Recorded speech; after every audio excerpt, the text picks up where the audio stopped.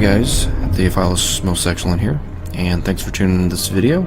And in this one I actually want to talk some more about the topic of dualism. And so this will actually be a brief follow-up to my original video called Dualism, the Illuminati Religion, which is still to this day the most popular video on my channel, actually. So, I figured why not give the people what they want and go a little deeper into this particular topic while you guys wait for my next big project, which, by the way, will be Gnosticism, the religion of Antichrist, as that's the one that got the most votes on my community tab poll, and so it's already in the works, actually. But ironically, there's actually a bit of overlap between my original dualism video and that upcoming project, especially since both heavily address Gnosticism. So make sure you subscribe to the channel and set the notification bell to all to receive all updates from my channel, since YouTube has basically decided that unless channels post regularly, they're not going to notify the subscribers when they get around to releasing some new content. And so make sure that you hit the bell and select all if you really want to know when I release new content. Because I'd love to release a video for you guys every day, but, I care more about quality than quantity, and that means it takes a lot of time and work to put out my videos. And so hopefully that commitment of mine to quality content will earn your subscription and a place in the channels that you receive all notifications for. And if not, that's okay too. I just thought I'd let you guys know about the notification issue with YouTube. But to start things off, let me refresh your memory as to what the basic premise of the original video was. And so I started off by explaining a bit about Gnosticism and how Gnostics believe the God of the Old Testament is actually evil. And they also believe that he created this physical universe as a prison to trap man within, whose actual nature is that he's a spark of the true God that is transcendent of the world and even the demiurge. And demiurge is a title that they use for the God of the Old Testament. And so the demiurge is not believed by the Gnostics to be the true God, but a lesser evil being. And demiurge actually comes from a Greek word and it means architect or creator. But that's all really just Gnosticism 101. I mean, anyone who does a Google search can learn all that stuff in just a few minutes. But the radical claim in the video that really made waves was my asserting and defending the idea that the demiurge in the minds of the elite Gnostics, or the Illuminati if you will, that he consists of two entities who are dualistically opposed by nature. I know that sounds weird at first, but as I demonstrate in the video, when you bring this basic concept to the table, there's so much occult symbolism and teaching that suddenly makes perfect sense. I mean, it's like when you find that one missing puzzle piece that finally makes sense of all the stuff that before just looked like pure chaos. And so the two entities, though, that make up this dualistic demiurge in the minds of these individuals are Adonai, which that's just a Hebrew name applied to God in the Old Testament. And don't get me wrong, there's nothing wrong with the name, that's actually the name that God in the Old Testament applies to himself. But again, that's a no-brainer. Everybody knows that the Gnostics believe that the God of the Old Testament is the demiurge. But the second entity that's one half of this dualistic demiurge is actually Lucifer. And Lucifer is also a name used in the Old Testament and is actually applied to Satan. And you can actually watch my other video I made called Is Lucifer Satan? For proof that Lucifer in the Bible is actually Satan, because some people argue that he's not.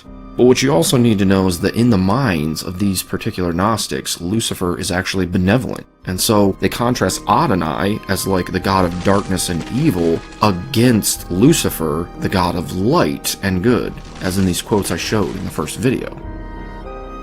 And for even further proof, I'll show you this clip from Dr. Peter Jones, who got his PhD from Princeton Theological Seminary, and he's basically considered an expert on ancient Gnosticism. He's written extensively on Gnosticism, and you're going to hear him talking here about the Gnostic idea of God and the devil, or Satan, Lucifer, existing as a dual or singular being together. Excited about the guest we have for you guys all this evening. Tonight we have Dr. Peter Jones. He is the executive director over at truthexchange.com. Dr. Jones has more degrees than Bruce Lee. Trust me, he's an amazing man, and I got a chance to see him while I was in Canada, and I want to encourage you guys all to go and check him out online. Dr. Peter Jones, thank you for joining us on Next Week. I'm very honored, Jeff. Thank you for having me. But I want to actually go two different directions with this, Dr. Jones, if I may. And the first is one, I want to ask the question, because this is an area of expertise for you. What is Gnosticism, and how is this a resurrected form of Gnosticism, what we're seeing around us? In what ways can we spot it? To your question of Gnosticism, it's interesting that people think of Gnosticism as a form of a binary distinction between matter and spirit. Yeah. So they don't see it as a oneness system, but one of the great experts in Gnostic thinking described Gnosticism as a twoism on a monist background. Carl Jung was introducing intellectuals to Western Gnosticism by rejecting the Christian faith and going through the ancient myths of Gnosticism, including the God of Gnosticism, which he described as a joining of God and Satan. And he developed all the... But essentially, this elite group of Gnostics hold the belief that in order to escape the physical prison that is our world, they actually have to synthesize, or that is, merge together, these two opposed entities so that they and their creation can be destroyed along with them.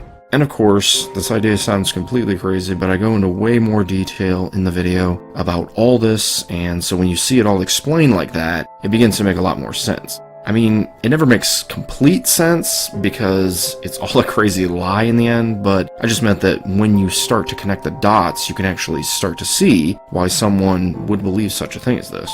And so anyways, that's a brief refresher for those of you who may have watched the first video a while back. But seriously, if you haven't seen the original, I would recommend you just don't even bother watching this video, because it probably won't make hardly any sense to you at all if you haven't. And so first go and watch my original dualism video, and then come back and watch this one so that you'll be on the same page with where I'm going.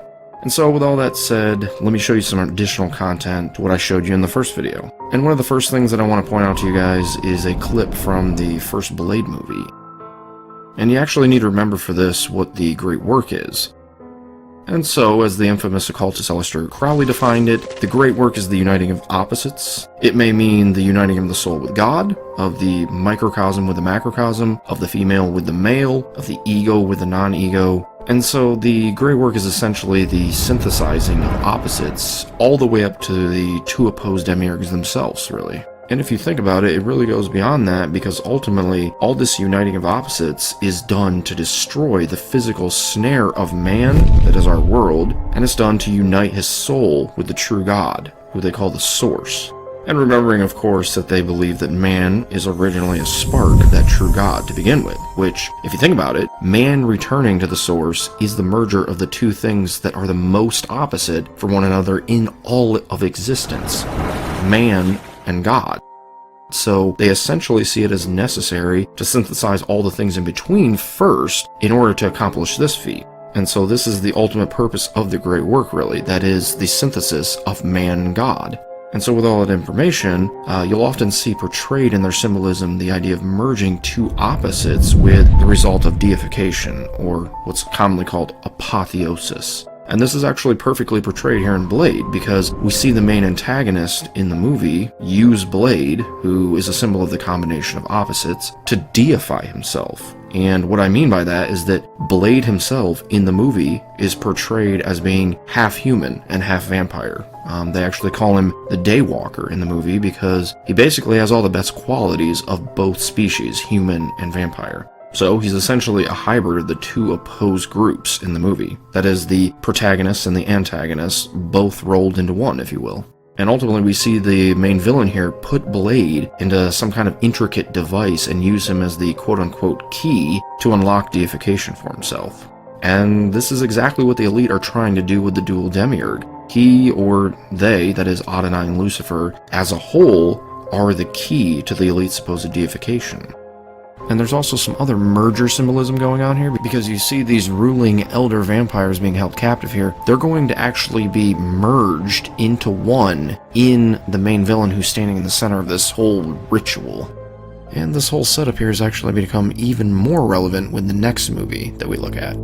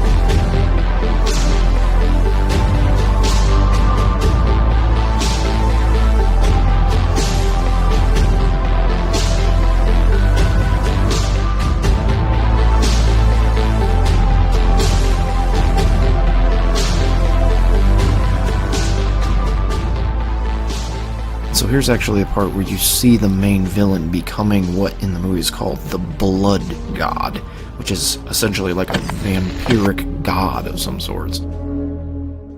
And then you can see here that after he becomes this blood god, he becomes practically invincible and even develops superhuman, or I guess you would say super vampiric powers of some sort.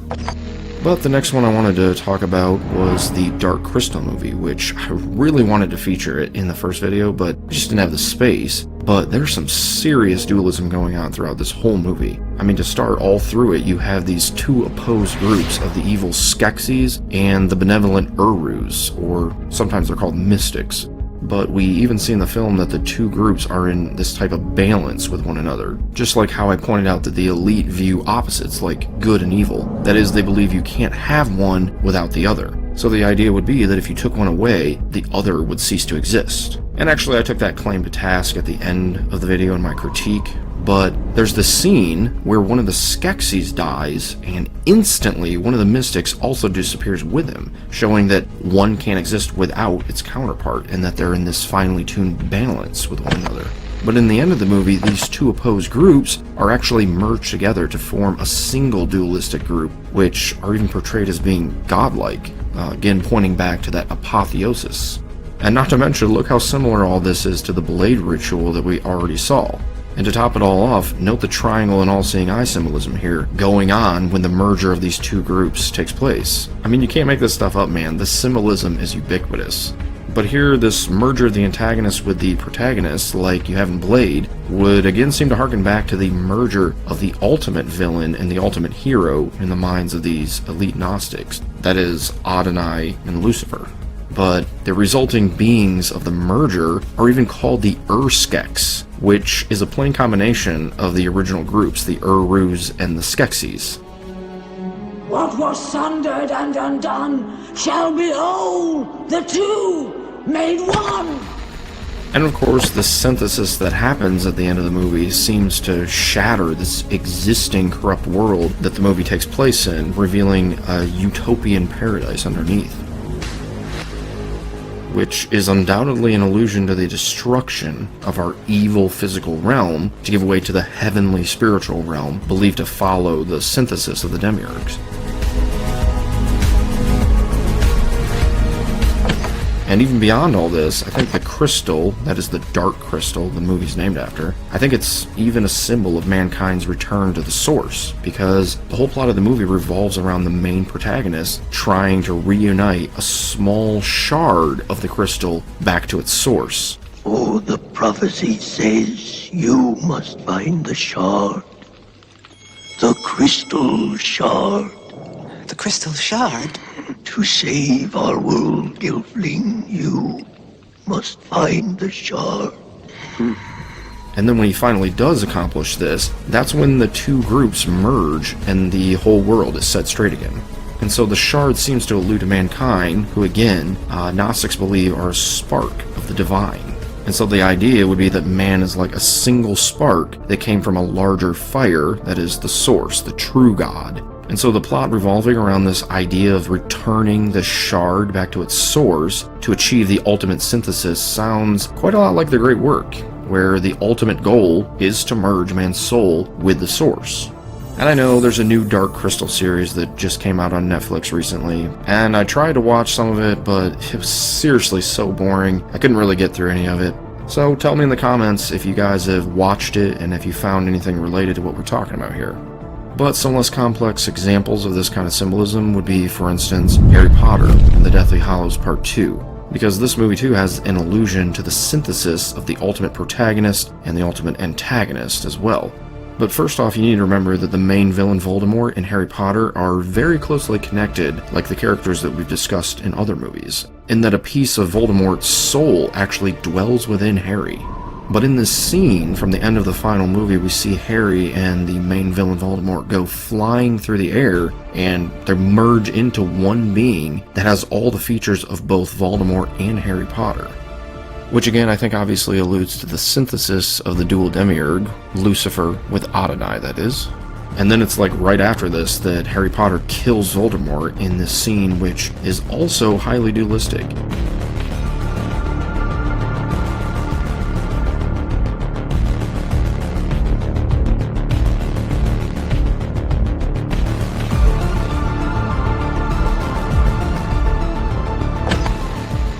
And you also have to keep in mind here that Voldemort already killed Harry Potter before this. So you technically have both Demiurge archetypes dying in this movie. Some other stuff, though, that I wanted to point out is this reoccurring theme you may have noticed before, and that is the combining of two opposites to open a portal or a gateway. For example, again, you have Ghostbusters, where the Gatekeeper and the Keymaster are male and female, and their sexual union actually results in the opening of Gozer's portal. I am the Keymaster. I am the Gatekeeper.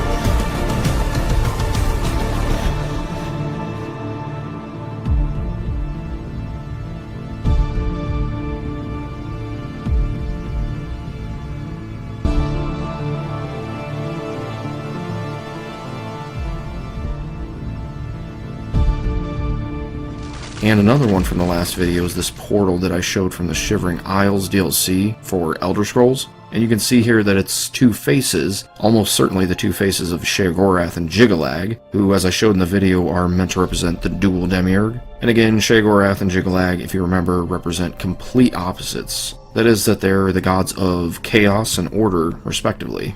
And then at the end of the game, we actually find out that the two are one person. That's kind of like the Harry Potter thing that I was just talking about. And this is actually the portal that leads from the main game world into their realm. But ultimately, I think this portal symbolism here is meant to point to the synthesis of the dual demiurge being the way to open the gate to the higher realm so that man can escape from this prison world that we live in. And especially since when the player goes through this portal, what they're doing is leaving the normative game world that they're always playing in, and they're going to a different, transcendent realm of that world. And ultimately, as I showed in the last video, the player becomes a god at the end of the whole thing. And so essentially what happens is the player goes through this portal, leaves the normal human plane behind him, and goes to the realm of the gods, which is called Oblivion, and then becomes a god himself. Kind of sounds familiar. It sounds a bit like Gnosticism, and how man is supposed to be trapped in this realm, and he needs to ascend to the spiritual realm to be merged with the source and become one with God. And so you have it all right there. All the symbolism comes together right there. But another thing that has similar allusions to this is the 2008 Alone in the Dark game.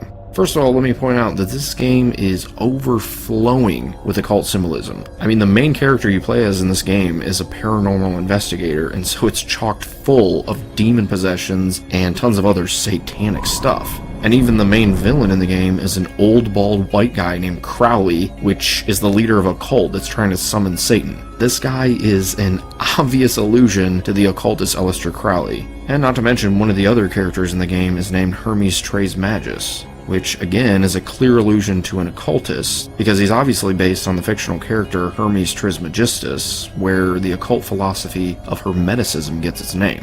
But ultimately, the plot of the game revolves around trying to reunite the two divided halves of the Philosopher's Stone, another cult reference there, and upon merging the two pieces together, it actually opens a portal to the spiritual realm for Lucifer to come through and possess a human host body.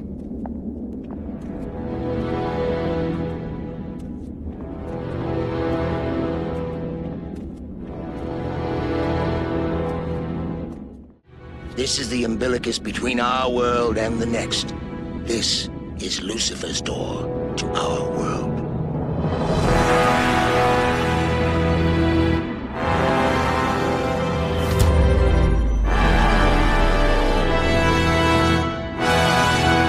The Stone Carrier. wasting precious time.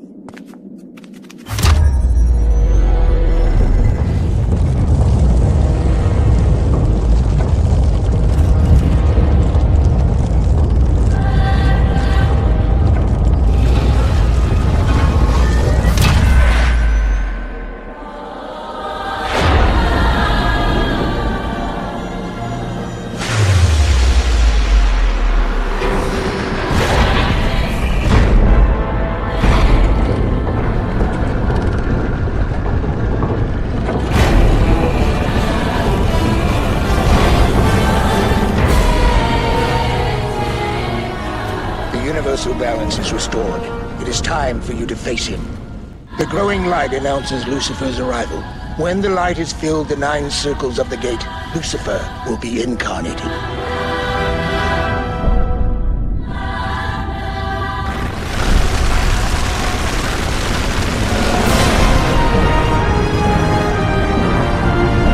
Now, Carrier, this is why you followed the path of light. The stone is once again complete. Take it to face our enemy.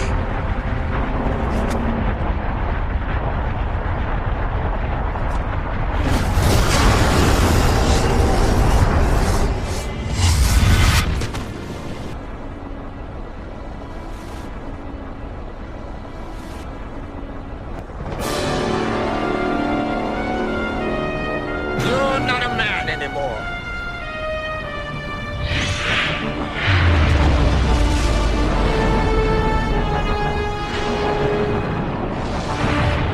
I'm the light bringer. I'm the f***ing universe.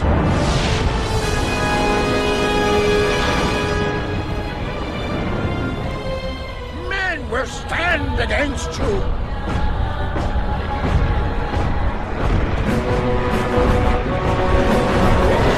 Did you think I'd come alone?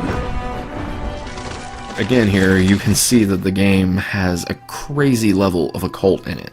And not to mention, that's probably one of the worst endings to a game that I think I've ever seen in my life. I mean, you get possessed by Satan, and then boom, the credits roll, and you're like, what?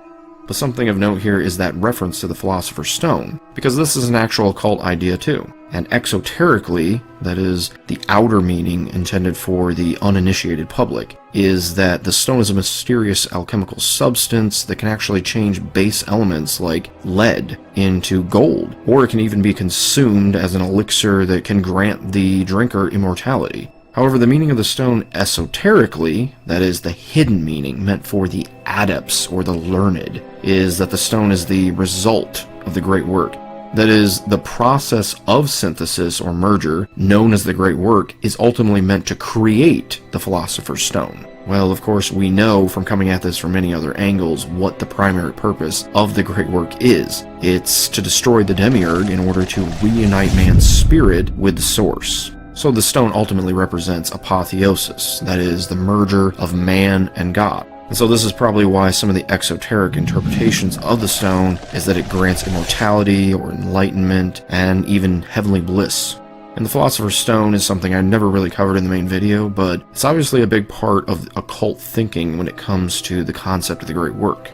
But another quick one though, where you see some of the combining of two opposite halves to open a kind of portal, is Aladdin, where Jafar merges two halves of a golden scarab and it actually opens the mystical Cave of Wonders.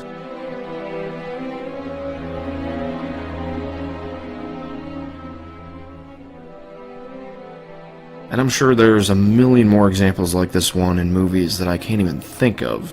So you guys can actually go to the comment section and tell me the ones that you can think of, and maybe if I get enough, I can make a quick follow-up video to this, and I'll give you guys credit for your findings. But before I move on from this topic, I'd be remiss to mention the Nintendo Switch. I mean, look at this sucker. The symbol for it is literally a yin-yang, and for the remote you have allusions to the red and blue pillars on the left and the right, like I talked about in the last video. And then of course you have the screen in the center of the two doubling as the portal through which the player, metaphorically enters the game world. So this thing literally couldn't be more in line with the symbolism that I talked about in my dualism video. Because if you remember, I talked about the Freemasonic symbolism of the two pillars, and the combination of the two opens the portal in between them. But another one that's almost as bad as the switch symbolism was the Ready Player One movie. And in this trailer of it specifically, you can see the main character put his VR headset on to escape the poor conditions of the real world. And look at it, it's even branded on it with a 101 for the pillar and portal symbolism that we talked about. And if you remember, the ones represent the pillars in the sequence, and the 0 is the portal that opens between them. But even beyond that, when the camera zooms in there, you see inside the headset and it fills with red and blue symbols, and then you go flying through this big O, which I think again confirms the 101 symbolism here, because the 0 or the O, I mean, it doesn't really matter whether it's a number or a letter because they're not really used to spell or count, but the O here again becomes the portal through which the character escapes the terrible conditions of his real world. My name's Wade Watts. My dad picked that name because it sounded like a superhero's alter ego. But he died when I was a kid. My mom too. And I ended up here. Sitting here in my tiny corner of nowhere. There's nowhere left to go. Nowhere. Except the oasis. And that would be similar to the idea that man is supposed to escape this terrible situation that he's in. That is, he lives in the snare of the demiurge. But you also have the one eye symbolism present here. And let's not miss that when he finally gets through the portal, everything's purple. And I talked about this in the last video, where the combination of the colors of red and blue is purple. As in, like, if you took red paint and blue paint, you mix them together, you get purple. And so then purple ends up being used by these people as basically the symbol of synthesis or merger or the great work. And so just think back to the Dark Crystal movie that I showed you. The crystal in the movie is purple. And remember, the whole point of the Dark Crystal was that you take that shard, which represented mankind, and you return it to its source. You merge the two together. And you can also see the same kind of symbolism going on in the clip from the Ghostbusters movie that I already showed, where you have the combination of the gatekeeper and the keymaster, and the lightning that connects them together to open the portal is actually purple. And so, like I was saying in the last video, purple turns out to be a color that they like to use to symbolize the great work, or synthesis. So when you're going into the headset to begin with and you haven't fully entered the VR realm, you're seeing the red and blue symbolism separate from one another, and then the merger occurs inside the portal and the two become one, and then boom, purple. And so again, perfectly aligns with the symbolism we talked about in the first video. But moving on from there, I wanted to talk a bit about some other stuff that I cut from my video to save time, which goes back to the conversation about the Masons. And I talked a lot about their symbolism, especially about their pillar symbolism and the symbolism of their crest. But the thing that I removed and that I really wanted to show you guys involves this graph again. And what you have to keep in mind here is that this chart wasn't made by me or some Joe Schmo. This was actually made by Freemasons for a magazine article. And so think about what you're seeing here. I mean, you have the whole Freemasonic order, which is supposed to be one organization, and it's split right down the middle between the two rites of Scottish Rite and York Rite. Well, the Scottish Rite is known, even by many Masons, to be overtly Luciferian. For instance, Albert Pike, the one who wrote positively about Lucifer in Morals and Dogma, was a sovereign grand commander in the Scottish Rite of Freemasonry. And he even developed many of their rituals that they use to this day. And so my theory here is that each rite represents one of the demiurges. And to start, notice you have the two pillars here, and remember the pillars represent the two demiurges. Well, each set of steps that represent the two different rites, the Scottish and the York, each one has a pillar standing in front of it, likely alluding to the fact that they share the same symbolism in common. And we can even see that many of the ranks on the York Rite side are things that are at least loosely associated with Christianity.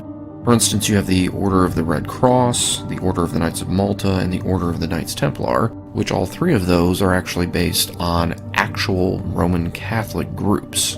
But also you need to keep in mind that with this rank of Knights Templar at the top, unlike every other rank in Freemasonry, this one you actually have to make a profession to be a Christian in order to achieve this rank.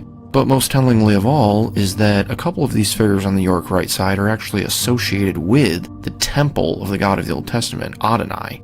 So for instance, you read in the text up there in the top left corner that the Mark Master on the bottom step of the York Rite is actually a temple worker.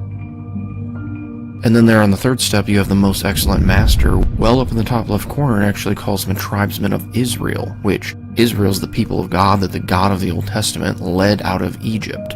And yet again, if you look on the sixth step of the York Rite, you'll see the Order of the Red Cross, and it tells us that that is actually King Hiram of Tyre, which he's actually the one that helped Solomon build the Temple of the Lord. But the most obvious one is definitely on the fourth step, and it's called the Royal Archmason. And the text in the corner, again, tells us that this is actually the High Priest of the Jews. In other words, this represents the High Priest of Adonai himself, the one who goes into the temple of Adonai and serves him day and night. And another very telling rank across the way on the Scottish Rite side is the 25th degree called Knight of the Brazen Serpent. So one of the ranks from the Scottish Rite is literally named after a serpent from the Bible. Well, who's the serpent in the Bible? That would be Satan, aka Lucifer. And so again, I think what we have here is two opposed halves that converge at the top of this pyramid-like structure. One half being the Scottish Rite, which represents Lucifer, and the other half being the York Rite, which represents Adonai. And note too that the York Rite side, the Adonai side, is made to appear much harder since it doesn't have the luxury of easy to climb steps. And we also see here the two highest ranks from both the York and the Scottish Rite stand above the whole thing, holding the crest, which, again, I said represents the merger of Adonai and Lucifer, and again, it's branded with that G that refers to the demiurge, the architect.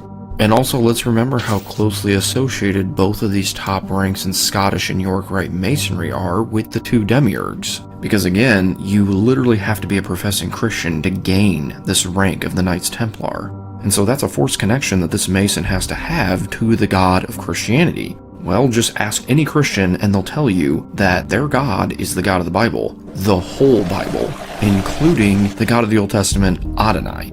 Because Christians obviously accept the God of the Old Testament to be their God, unlike Gnostics. And these people know this. I mean, they're not stupid. They know that. They know that Christians worship the God of the Old Testament and think of him as their God. They think the God of the New Testament and the God of the Old Testament are one and the same. And this is the way they want it. They're not dumb. They know that. And they just want these two ranks to be the embodiment of the two opposed demiurges. Because let's not forget what Albert Pike said about the highest ranks of the Scottish Rite maintaining their religion in the purity of the Luciferian doctrine.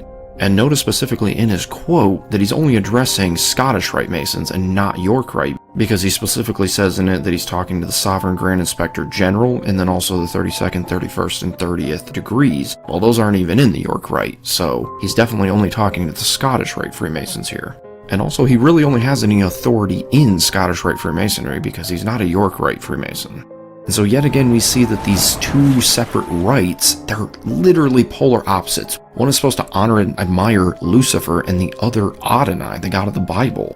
And so from seeing all this, it's clear what's going on here. I mean, this final rank is obviously just yet another symbol of the dual demiurge being synthesized here on this top step.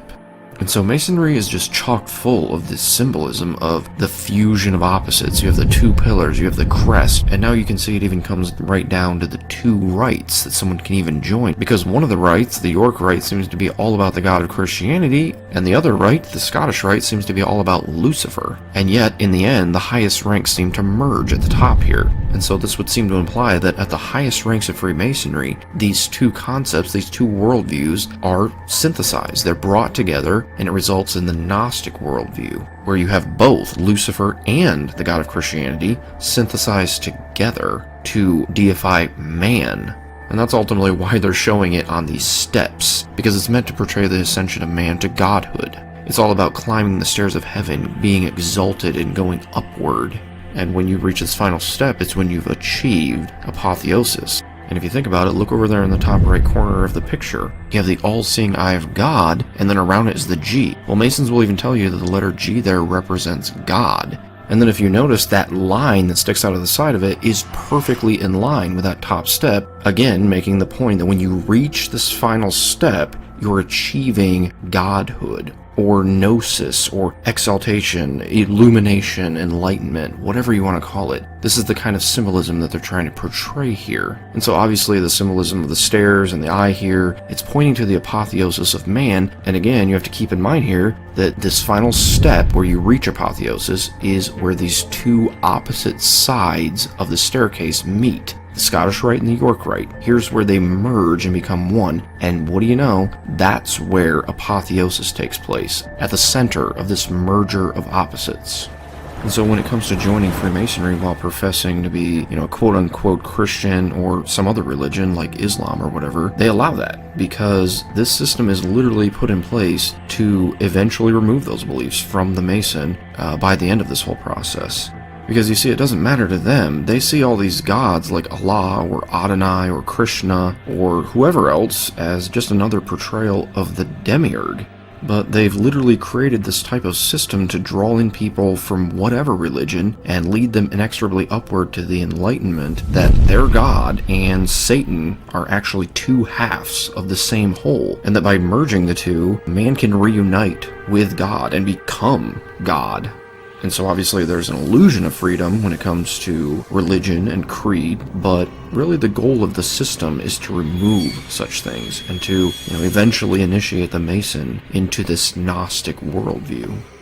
And before I leave the topic of Freemasonry, I actually want to play this clip for you guys out there who still have your doubts about Freemasonry having connections to Gnosticism. And really quick for background on this clip, the speaker is Dr. James White, and he's actually a church historian. He teaches church history on a scholarly level, and he's not really into this kind of conspiracy theory stuff that we're talking about here, so he's not really a biased source. And so what he says here is purely based on historical facts, and not at all biased by what we're talking about.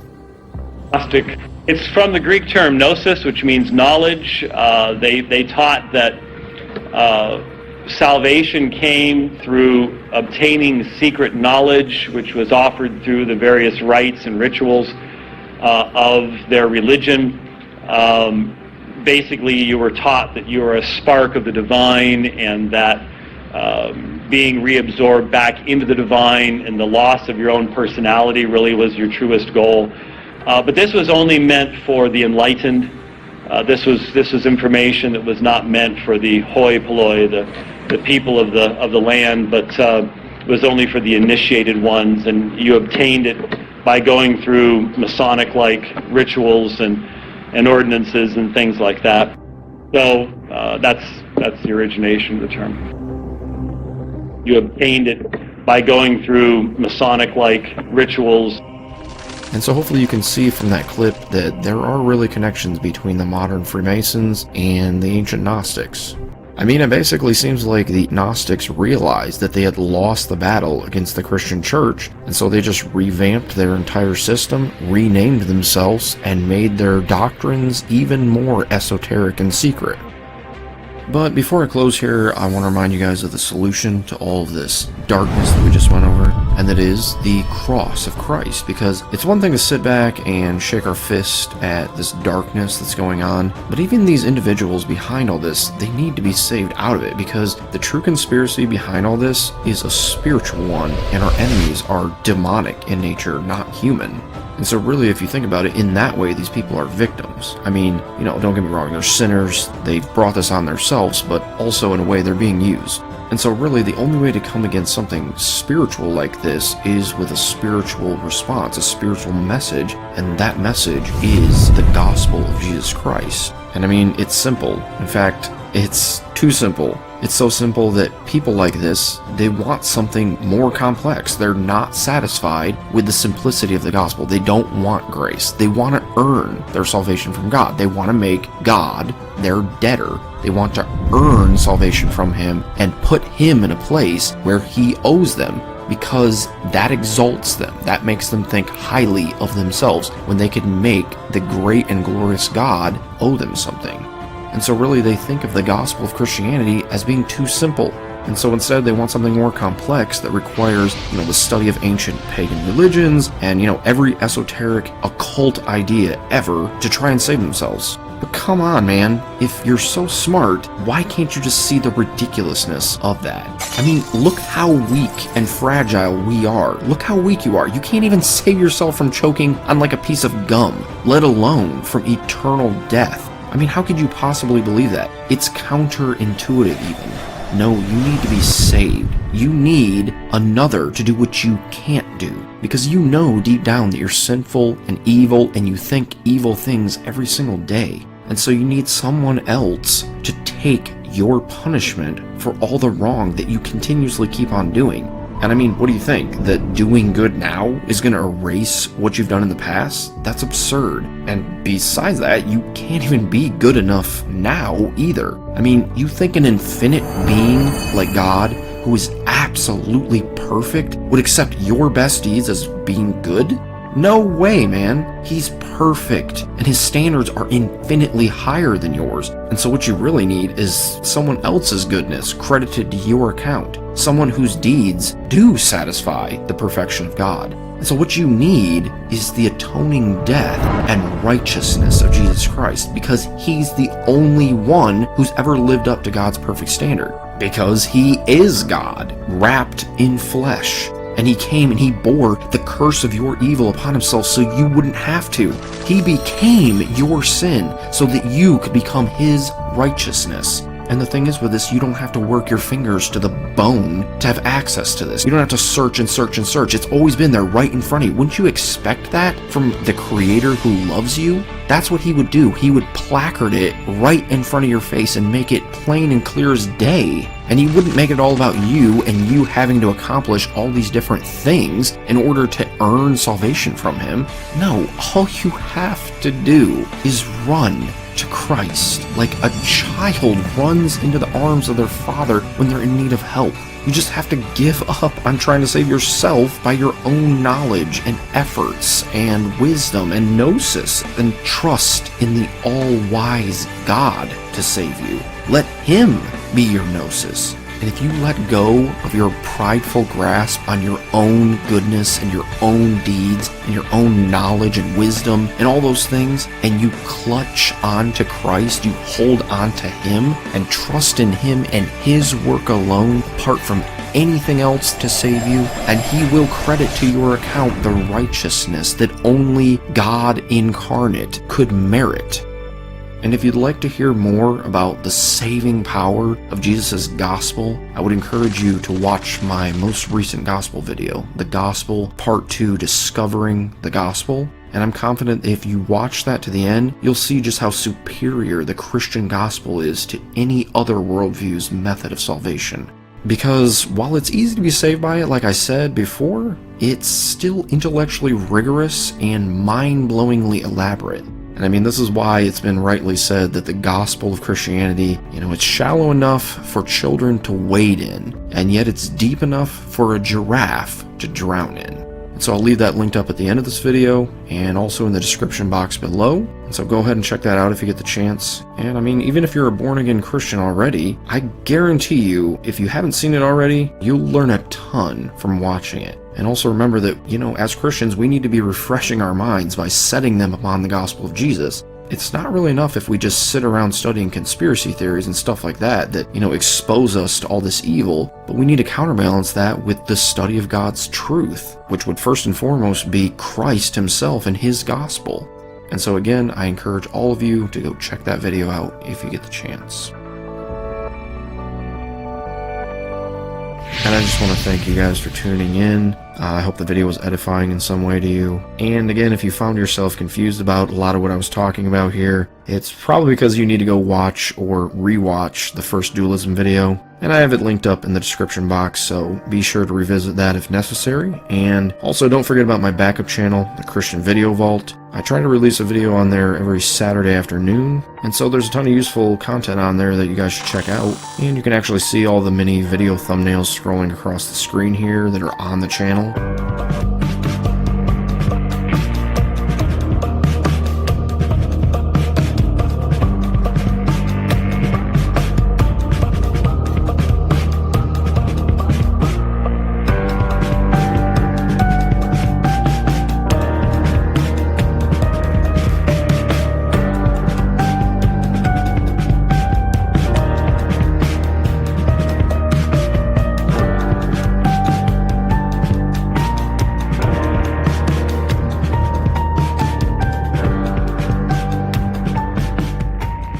so yeah, there's a ton of content on there and more coming every week. And so be sure to subscribe to this channel and that channel and watch any of these videos that pique your interest. And again, the link to that channel will be in the description. And with that, I love all you guys, and as always, Godspeed.